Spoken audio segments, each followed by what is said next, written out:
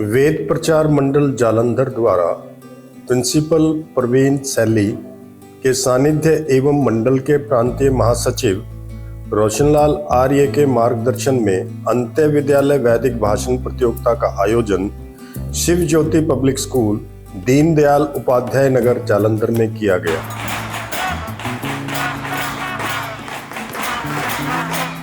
समारोह की अध्यक्षता श्रीमती अजय श्रीन पूर्व प्रिंसिपल हंसराज महिला महाविद्यालय जालंधर ने की। समारोह का उद्घाटन उपस्थित विशिष्ट अतिथियों ने दीप प्रज्वलित करके किया।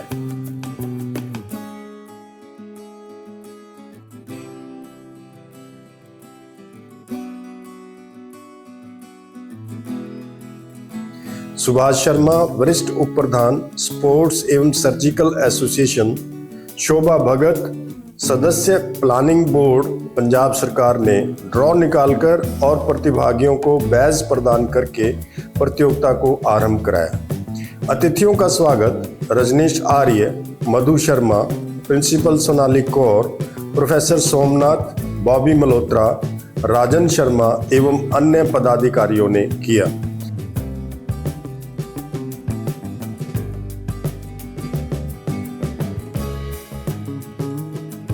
प्रिंसिपल प्रवीण सैली ने अपने स्वागत भाषण में सभी का स्वागत करते हुए कहा कि इस प्रकार की प्रतियोगिताएं आज समय की आवश्यकता है। इस प्रतियोगिता में 20 विद्यालयों के प्रतिभागियों ने भाग लिया। उन्होंने वैदिक संस्कृति के अतिरिक्त वर्तमान में विभिन्न समस्याओं से संबंधित विषयों पर अपने वक्तव्य दिए। डॉक्टर वीना कुमारी, प्रोफेसर बबीता मल्होत्रा, डॉक्टर नरोत्तमा मौदगिल ने निर्णायक की भूमिका निभाई।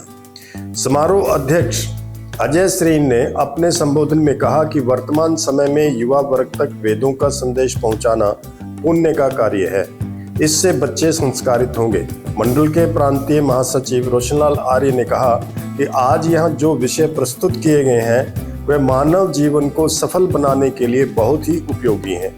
हमें इन भाषणों में निहित संदेश को अपने जीवन में अपनाना चाहिए। उन्होंने कहा कि परमात्मा ने सृष्टि के आरंभ में वेदों का ज्ञान दिया, जिसके अनुसार आचरण करके हम मानव जीवन के लक्ष्य अर्थात ईश्वर को प्राप्त कर सकते हैं। मुख्य अतिथि एवं अन्य अतिथियों को मधु शर्मा तथा रोशनलाल आर्य ने सत्यार्थ प्रकाश भेंट करके सम्मानित किया।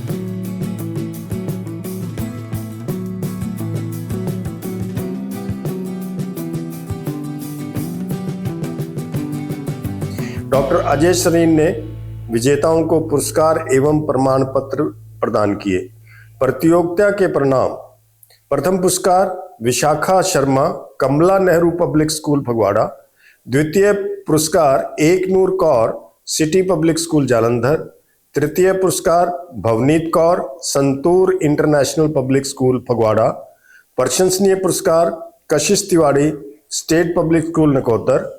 Simranpreet Kaur, Doaba Arya senior secondary school Nawanshahr तथा Nancy HMV collegiate senior secondary school Jalandhar को मिला। प्रस्तुत है इस कार्यक्रम की कुछ झलकियां।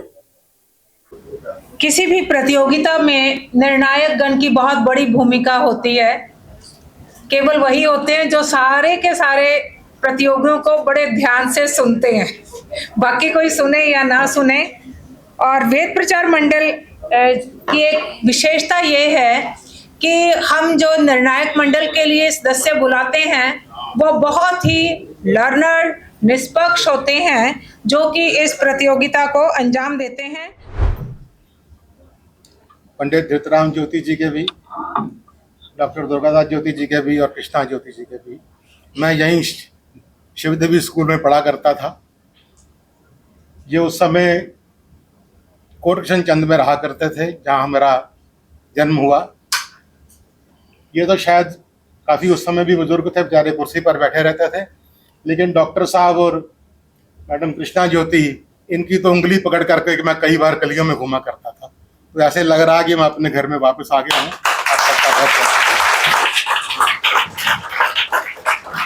Once again, heartiest welcome on behalf of Managing Committee and Trust of Shiv Jyoti Public School.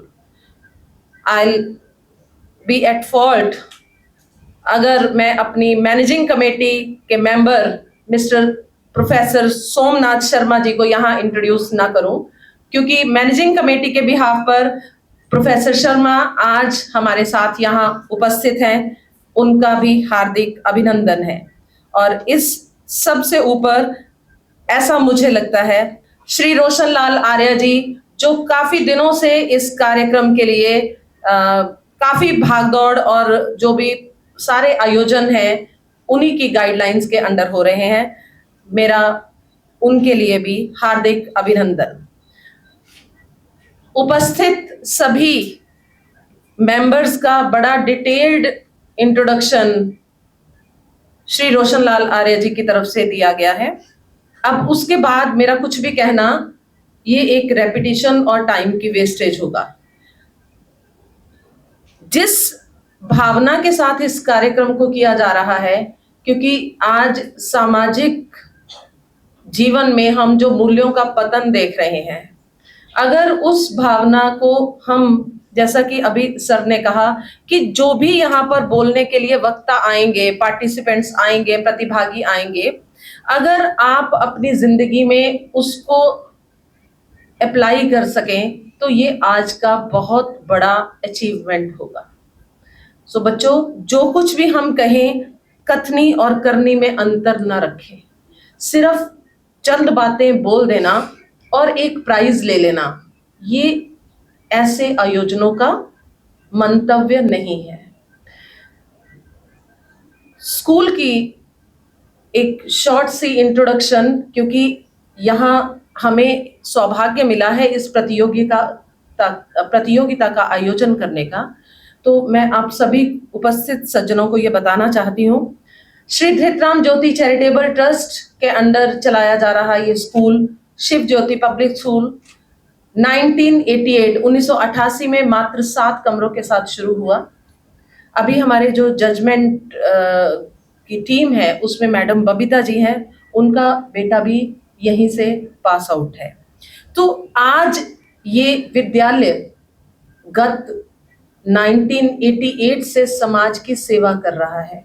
अभी 31 अक्टूबर को हमने एल्यूमिनी मीट अपनी ऑर्गेनाइज की, तो देश विदेश, गवर्नमेंट और प्राइवेट सेक्टर, हर जगह विद्यालय के विद्यार्थी दिए गए संस्कारों का परचम लहरा रहे हैं। और हमारी कटिबद्ध प्रयास है हमारा कि हम इस बदलते मूल्यों के युग में अपने बच्चों के अंदर कुछ संस्कारों का समावेश कर सकें। कहाँ हम कितने सफल होते हैं ये जब हमारे बच्चे हमारे पास दोबारा लौट कर आते हैं। गत 31 अक्टूबर को हमने महसूस किया कि किस प्रकार से जब वो बच्चे वापस आए तो उनके मनोभाव हमें दिखाई दिए। Not taking much of the time, I'll hand over the mic to Mr. Roshan Lal Arya ji. क्योंकि हमारा जो पहला राउंड था, पहला जो प्रोग्राम था जालंधर में, यहीं आपके नज़दीक सेठ हुकमचंद पब्लिक स्कूल में हुआ था। अब जब पहले कार्यक्रम करते हैं तो स्कूल्स में नेचुरली उन स्कूलों, दूसरे स्कूलों को हमने कॉन्टेक्ट करना था, और जालंधर में पहली बार हमने किया है ये इस वर्ष में, और मैं ये समझता हूँ कि काफ़ी बड़ी अचीवमेंट है। 25 स्कूलों ने वहाँ भाग लिया, 20 यहाँ 45 स्कूल, मतलब इसमें पार्टिसिपेट करना अपने आप में एक बड़ी उपलब्धि है। वेद प्रचार मंडल लुधियाना आज का जो नंबर इंक्लूड करके इस सेशन में अप्रैल से लेके अब तक 219 स्कूल पार्टिसिपेट कर चुके हैं। और अभी हमारा कल जो है प्रोग्राम है वो मुल्लापुर दाखा में, 20 तारीख को मलेरकोटला में और 29 तारीख को संगरूर में। और इस बार जो छुट्टियां हुई बीच में फ्लड की वजह से, उसकी वजह से सारा शेड्यूल जो है वो गड़बड़ रहा। हम फगवाड़ा और खन्ना में नहीं करा सके जहाँ की हमने शुरू किया था। और एक दिक्कत ये भी आ रही है कि स्कूलों की अपनी बहुत एक्टिविटीज होती हैं। मतलब आज मैं आपका, मतलब मेरे पास कोई शब्द नहीं है, काश मेरे पास धन्यवाद से अच्छे शब्द होते जिनके द्वारा मैं आपका आभार प्रकट कर सकता, क्योंकि इतना बिजी शेड्यूल, एनुअल फंक्शन, कुछ और जो प्रोग्राम्स हैं वो, स्टडी का इतना बर्डन, उसके बावजूद भी आपने हमें इस कार्यक्रम को आयोजित करने का समय दिया है, तो मैं आपका आभारी हूँ। इस परिवार के साथ मुझे लगता है कि जितनी मेरी उम्र है उससे भी ज्यादा का संबंध जो है मेरे परिवार का रहा है। सो मैं आज इस मौके पर सबसे पहले इनको शत शत नमन करती हूँ और उस परम पिता परमात्मा से ये प्रार्थना करती हूँ कि ये जहाँ कहीं भी इस वक्त ब्रह्मांड में मौजूद होंगे, जरूर व जरूर हम सबको अपना आशीर्वाद दे रहे हैं। प्रथम पंक्ति में विराजमान वो सभी के सभी माननीय अतिथिगण, खास करके श्री रोशनलाल जी आर्य, जिनके सौजन्य से, जिनकी परसिस्टेंट एफर्ट्स की वजह से आज यकीनन मुझे यहाँ आकर महसूस हो रहा है कि अगर मैं यहाँ ना आती तो शायद नुकसान मेरा ही रहता। श्री आर्य जी बहुत दिनों से लगातार फोन के ऊपर हमारी बातचीत हो रही थी, लेकिन चूंकि मेरी सुपर एनुएशन थी 31 को, और आप सब इस चीज को भली भांति जानते हैं कि सुपर एनुएशन से थोड़ा सा पहले वाला पीरियड जो है वो ज्यादा व्यस्त हो जाता है, तो मैं हर बार इनको यही कह रही थी कि सर आप कुछ और देखें, बट ये इनकी परसिस्टेंट एफर्ट्स थी जिनकी वजह से आज मैं यहाँ पर मौजूद हूँ। सर, मैं इस चीज के लिए, इस सम्मान के लिए आपका धन्यवाद करना चाहती हूँ एंड मैं आपको भी नमन करती हूँ आपकी उन परसिस्टेंट एफर्ट्स के लिए जो आपने लगातार फोन करके मेरे साथ कायम रखी। सो धन्यवाद। आज जब मैं इस स्कूल में एंटर कर रही थी तो मुझे याद आ रहा था 1980 का समय। क्यों 1980 का समय की मैं बात कर रही हूँ?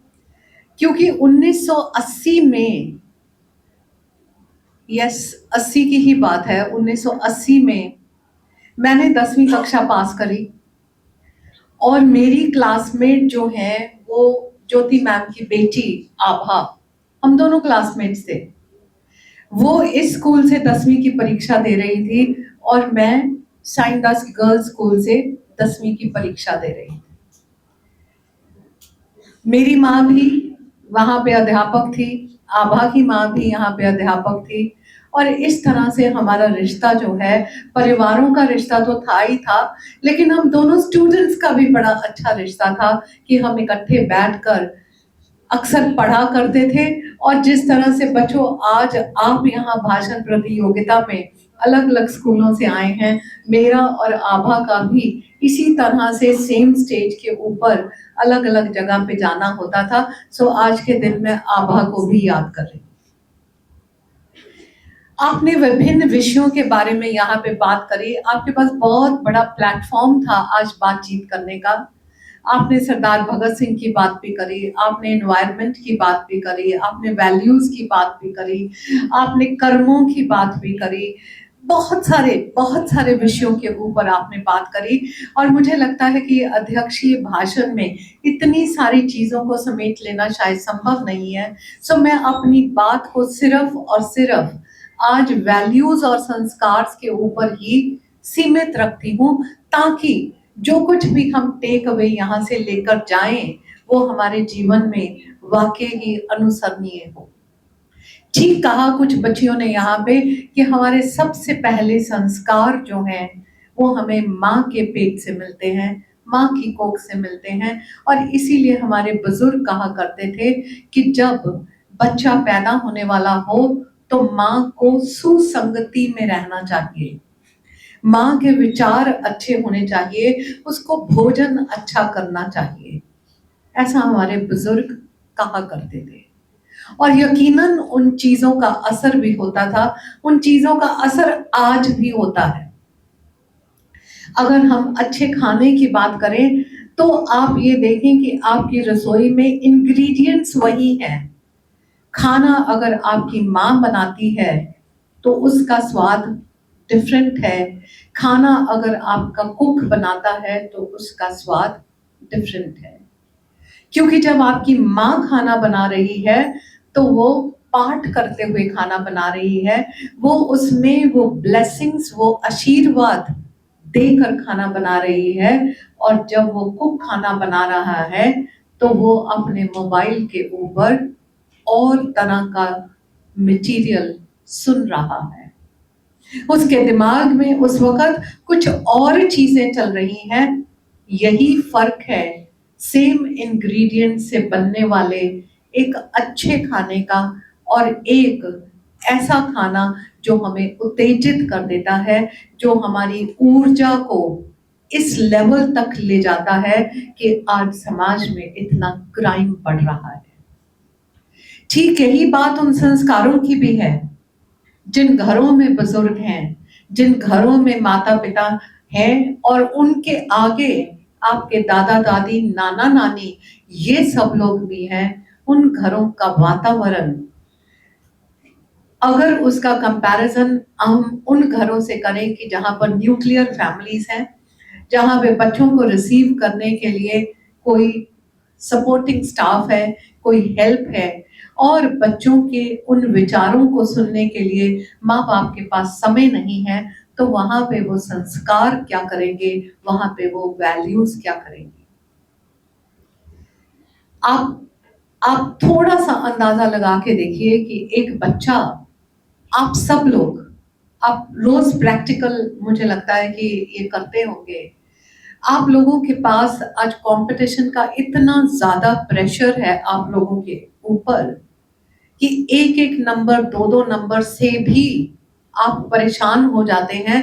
जैसे अभी किसी ने कहा कि 60 नंबर आए या 70 नंबर आए तो आप परेशान हो जाते हैं। क्यों? क्योंकि आपके ऊपर परफॉर्मेंस का बहुत ज्यादा प्रेशर है। जमाना कंपटीशन का है, आपके ऊपर एक्सेल करने का बहुत ज्यादा प्रेशर है। मुझे अंदाजा है कि जो बच्चे यहाँ पे बीच में कहीं फंबल कर गए, कहीं कुछ उनकी वाणी उनका साथ नहीं दे रही थी, उनके ऊपर किस तरह का परफॉर्मेंस का प्रेशर रहा होगा।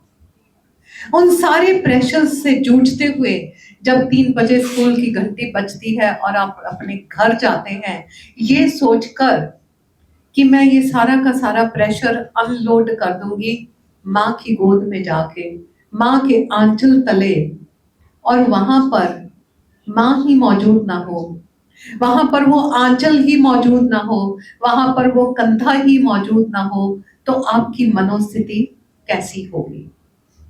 यकीनन आप उस वक्त कोई ऐसा साथी ढूंढने की कोशिश करोगे जो आपकी उलझनों को सुलझा सके। और यही कारण है कि आज हमारी डिपेंडेंसी सोशल मीडिया के ऊपर इतनी बढ़ती चली जा रही है। यही कारण है कि आज हम फेसबुक, इंस्टा पे चैट करके हम सोचते हैं कि हमने अपना प्रेशर रिलीव कर दिया, बट वास्तव में ऐसा है नहीं। इसका बिल्कुल और बिल्कुल ये मतलब नहीं है कि मैं इस मंच से ये कहना चाहती हूँ कि लेडीज को काम नहीं करना चाहिए, बिल्कुल नहीं। मुझे लगता है कि सिर्फ और सिर्फ जरूरत है हम सबको भी एक लाइफ में बैलेंस लाने की।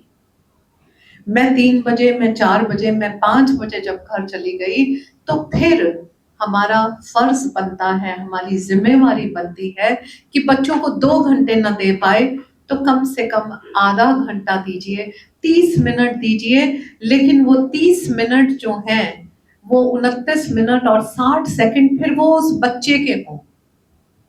फिर उसमें आपका ध्यान, आपका फोकस, आपकी मनोस्थिति इस तरह की ना हो कि आप बच्चे के पास होते हुए भी बच्चे के पास ना हो। जब आप इस तरह का साथ बच्चों को दे पाएंगे तो यकीनन उनकी डिपेंडेंसी सोशल मीडिया से हटेगी, यकीनन उनका विश्वास आपके विश्वास के साथ मेल खाएगा, और यकीनन यही हार्मोन, यही चीज उनके विकास के लिए सहायक होगी, उनको संबल प्रदान करेगी। बहुत सारी बच्चियां, बहुत सारे बच्चे मैं देख पा रही हूँ कि जो चीज मैं कह रही हूँ बच्चे उसके साथ अपने आप को एसोसिएट कर पा रहे हैं। बच्चों, आपके माध्यम से भी मैं आपके माता पिता तक ये संदेश देना चाहती हूँ, जरूर पर जरूर जब भी आपको मौका मिले ये संदेश उन तक जरूर पहुंचाएं कि क्वांटिटी से ज्यादा आप क्वालिटी में बिलीव करते हैं।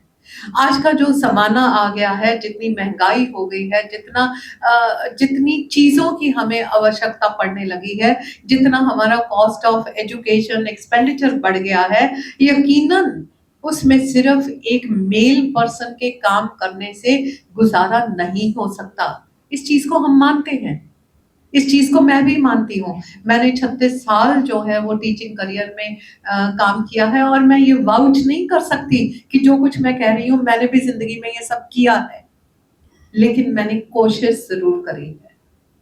और आप यकीन माने कि जब आप एक अच्छा प्रयास करते हैं तो वो परमपिता परमात्मा भी आपके प्रयास को, आपकी नियत को सराहते हुए आपका साथ देता है, आपका हमेशा हौसला बढ़ाता है। इसके बारे में भी मैं आपको एक छोटा सा एग्जाम्पल दूंगी, बट पहले मैं बच्चियों की बात कर रही थी। तो बच्चों, जब भी आपको मौका मिले आप अपने पेरेंट्स के साथ ये बात जरूर साझी करें कि यस, जो वो आपको प्रदान कर रहे हैं उसके लिए तो आप उनके शुक्रगुजार हैं ही हैं। आज किसी भी स्कूल, कॉलेज, किसी भी प्रोफेशनल कॉलेज में जब वो आपका एडमिशन कराते हैं तो कहीं ना कहीं वो कुछ सैक्रिफाइस करते हैं ताकि आपको एक बेहतर जीवन दे सके, ताकि वो आपको बेहतर अपॉर्चुनिटीज दे सके, ताकि आप समाज में एक बेहतर स्थान प्राप्त कर सकें। सो इन सारी चीजों को अप्रिशिएट करते हुए उनको इतना जरूर पर जरूर कहें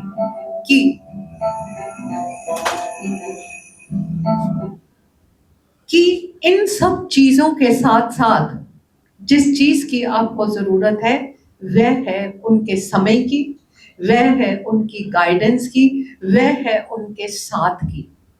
ये ना हो कि आप स्कूल से, खुदा ना खास्ता, जरूरी नहीं होता कि हर बार हम अव्वल ही आए, खुदा ना खास्ता कि आप किसी चीज में असफल होकर आए तो आपको वो सपोर्ट, आपको वो संबल जरूर प्रदान करने के लिए कोई मौजूद हो, ताकि अगली बार जब आप किसी चीज के लिए कदम बढ़ाएं तो आपके कदम लड़खड़ाए नहीं, बल्कि गलतियों से सीखते हुए हम और बेहतर करने के बारे में यत्न करें। मैं हमेशा ये मानती हूँ कि गलती करना या असफल होना बुरी बात नहीं है, उससे भी बेहतर बात है गलती के बाद दोबारा गलती ना करना, असफलता के बाद सफलता की तरफ और दृढ़ता के साथ एक कदम और आगे बढ़ाना और इसको एक लर्निंग एक्सपीरियंस के तौर पर लेना। सर खड़े हो गए हैं जो इशारा कर रहा है कि मुझे अपनी वाणी को यहीं विराम देना है। सो वो जो नियत की बात बच्चे मैंने आपसे करी थी कि जब भी आप कोई कार्य अच्छी नियत के साथ करते हैं तो वो परमपिता परमात्मा, वो ब्रह्मांड, वो यूनिवर्स चारों दिशाओं से आपका सहयोग करता है, आपको ब्लेस करता है, आपको आगे बढ़ने के और रास्ते दिखाता है। सो अपनी वाणी को विराम देने से पूर्व मैं एक बार मैडम शैली, जो कि हमारी अपनी ही बहुत ही प्रिय हैं, मिलना कभी कभी होता है, फोन पे अक्सर बात होती रहती है। मधु जी, मुझे लगता है हम उम्र रहे हैं, जिंदगी के बहुत सारे साल हम लोगों ने साथ बिताए हैं। सो मैं इन सब का, स्कूल की एडमिनिस्ट्रेशन का और खास करके वेद प्रचार मंडल जिन्होंने कि आज मुझे यहाँ पर आने का अवसर प्रदान किया, इन सब का तहे दिल से धन्यवाद करती हूँ और आशा करती हूँ कि अगर मैं इनके वेद प्रचार मंडल में कहीं कोई योगदान भविष्य में भी दे सकूं तो सर मुझे खुशी होगी, मुझे अच्छा लगेगा आप लोगों के साथ काम करने के लिए। और एक छोटी सी और बात, जब मैंने 1980 की बात करी तो एक और शख्स जो आज मुझे 1980-85 के दशक के जो आज मिले वो आपके बीके स्टूडियो से जो सर आए हैं। मैंने एसटी कॉलेज जलंधर से जो है वो अपनी ग्रेजुएशन करी थी और तब भी ये वहीं होते थे, इसी एनर्जी के साथ वहीं होते थे। सो मेरा आपको भी बहुत बहुत सो धन्यवाद, नमस्कार। और जिन बच्चों को इनाम मिलने वाला है, बहुत सारी मुबारक, और उससे ज्यादा मुबारक दूसरे बच्चों को, बाकी के बच्चों को जिन्होंने यहाँ आने का साहस किया, अपने विचारों को प्रकट करने का साहस किया। किसी और वक्त उस परमात्मा ने अगर मौका दिया तो छोटे छोटे टिप्स मैं आपको इस चीज के लिए जरूर दूंगी कि भाषण प्रतियोगिता में विचारों को प्रस्तुत कैसे किया जाता है, इसके बारे में एक कभी कहीं ना कहीं फिर जरूर मिलेंगे समाज में। तो उस वक्त के लिए इस चीज को संजोते हुए मैं आप सबका धन्यवाद करती हूँ। ओम शांति शांति।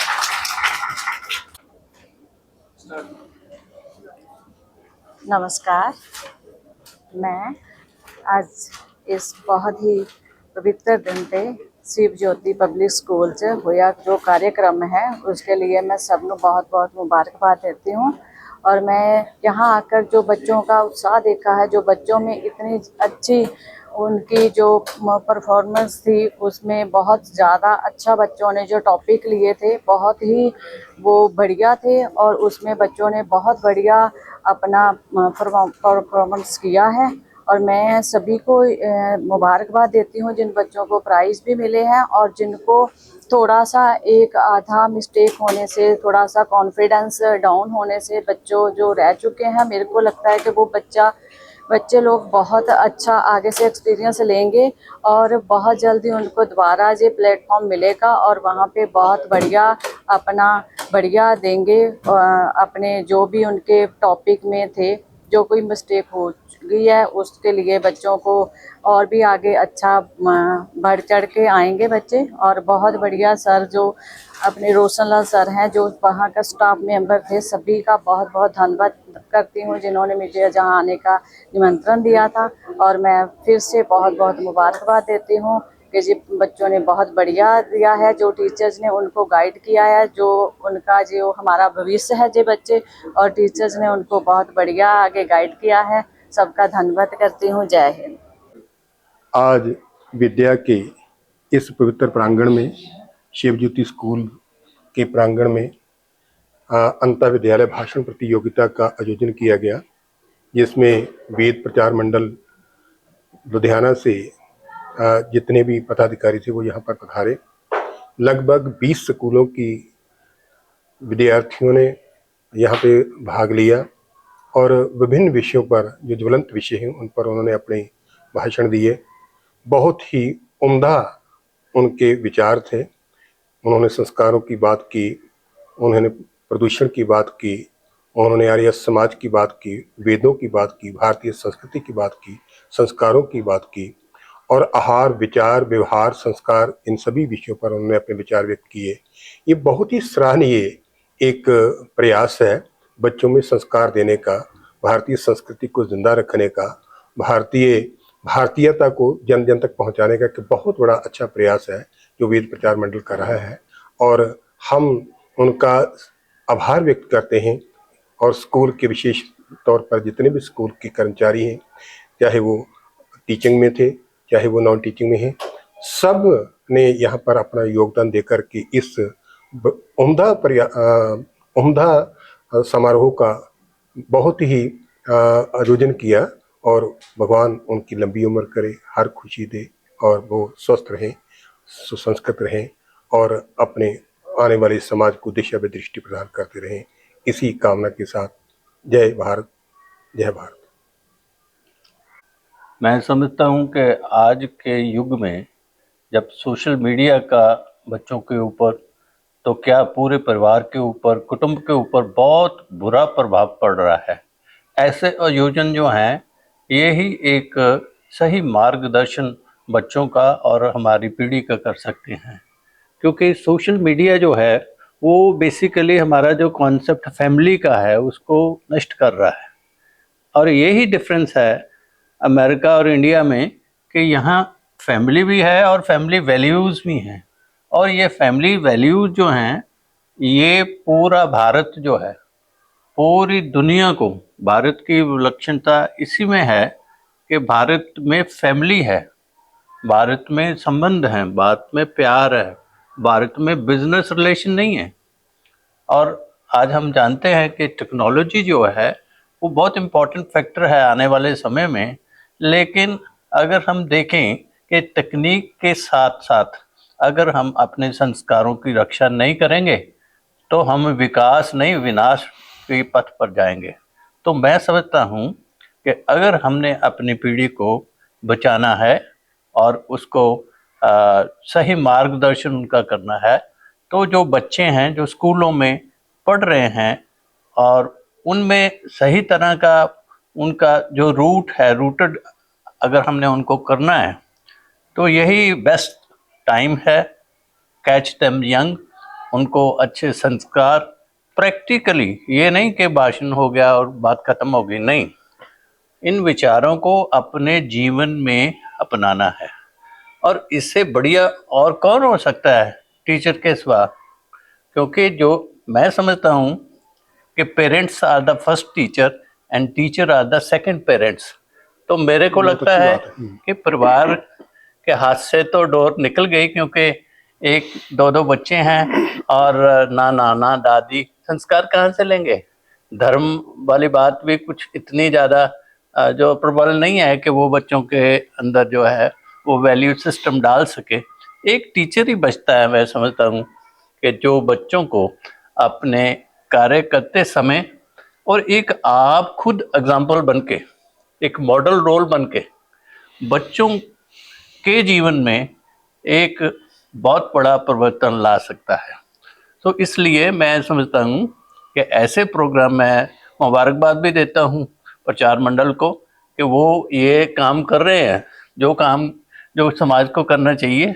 और ये भी भारत में बहुत अच्छी परंपरा है कि हमारी संस्कृति के आधारित संस्थाएं हैं जो बिना निष्काम, बिना किसी लाभ से, ये काम सरकारों का भी होना चाहिए, लेकिन चलो समाज का काम है, सभी का काम है, क्योंकि इसका पुण्य जो है हमें फिर वापस आएगा, लौट के आएगा, और हम जो है एक बढ़िया और एक स्वतंत्र और एक संपन्न समाज जो है उसकी सृजना में मदद करेंगे। बहुत अच्छी बात आपने की डॉक्टर साहब के, जैसे भारतीय संस्कृति जो है वो आध्यात्मिकता की ओर बढ़ रही है और पाश्चात्य संस्कृति भौतिकता की ओर बढ़ रही है।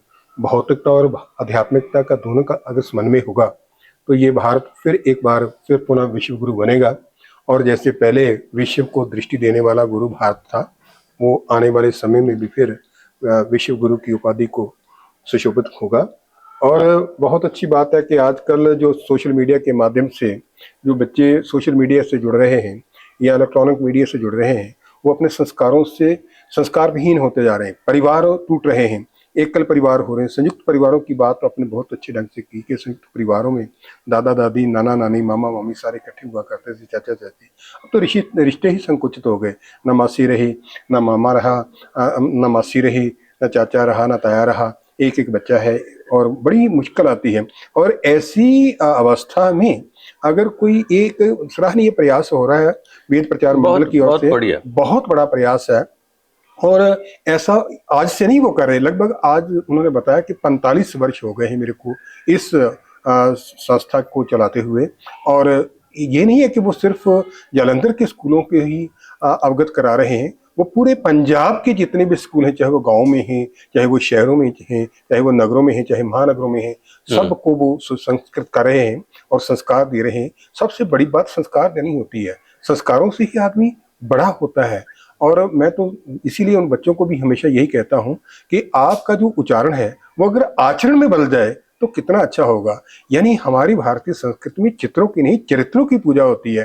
तो आप ऐसा चरित्र का, वो आजकल जो रोशनलाल आर्य जी हैं अपनी टीम के साथ पूरे के पूरे चरित्रों का निर्माण कर रहे हैं, तो भारतीय में चरित्र निर्माण बहुत बड़ी बात है, बहुत बड़ी बात है। और मैं कहूँगा यहाँ कि देखो, भारत से क्योंकि प्रवास हो रहा है, पंजाब से भी हो रहा है, लेकिन एक जो पंजाबी है ना, वो जरूर ये देखता है कि मैं शादी करूँगा तो किसी भारतीय और एक पंजाबी से करूँगा, क्योंकि ये जो औरत है ये सदियों तक मेरे साथ रहेगी, ये हमारी फैमिली रूट्स का बहुत बड़ा जो है योगदान है।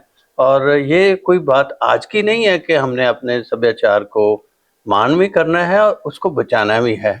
मेरे को याद आ रहा है अरबिंदो घोष ने, ये बड़े विद्वान हुए हैं, उन्होंने एक बार कहा था जब वो उन्होंने कंपैरिजन किया कि क्या पश्चिम की सभ्यता और इंडियन सभ्यता में फ़र्क क्या है, तो उन्होंने एक लाइन बोली इंडिया के बारे में, क्योंकि स्ट्रगल चल रही थी देश की आज़ादी की, और उन्होंने कहा कि भारतीयों जागो उठो, और ख़ास करके पंजाब और बंगाल जिनका पार्टीशन हुआ कि आपके ऊपर बहुत ज़्यादा जिम्मेवारी है।